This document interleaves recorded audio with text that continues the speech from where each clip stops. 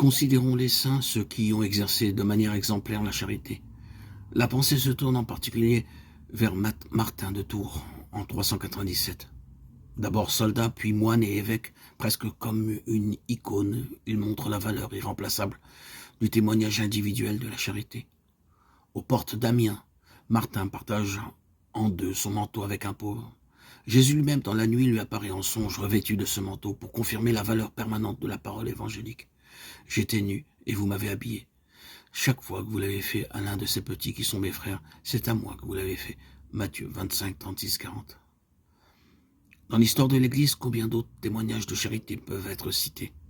En particulier tout le mouvement monastique depuis ses origines, avec saint Antoine, abbé, en 356, qui fait apparaître un service de charité considérable envers le prochain. Dans le face-à-face avec le Dieu qui est amour, le moine perçoit alors l'exigence impérieuse de transformer en service du prochain, en plus du service de Dieu toute sa vie. On peut expliquer ainsi les grandes structures d'accueil, d'assistance et de soins nées à côté des monastères. Et cela explique aussi les initiatives de promotion humaine et de formation chrétienne considérables, destinées avant tout aux plus pauvres. Tout d'abord, pris en charge par les ordres monastiques et mendiants, puis par les différents instituts religieux, masculins et féminins, tout au long de l'histoire de l'Église.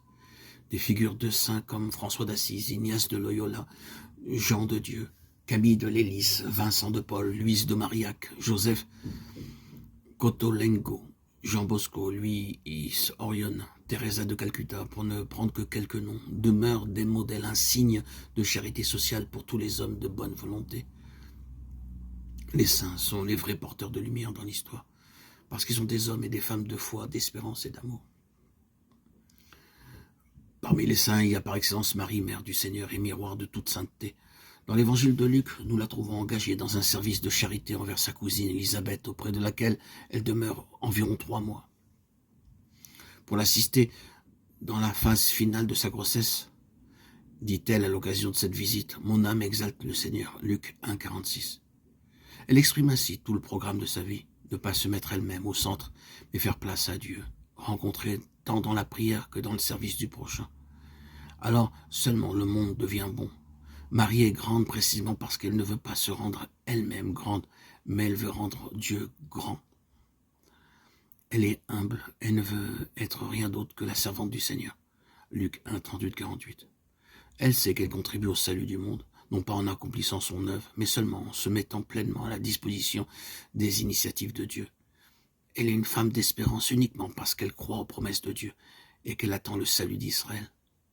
L'ange peut venir chez elle et l'appeler au service décisif de ses promesses. C'est une femme de foi. Heureuse celle qui a cru, lui dit Élisabeth. Luc 1, 45.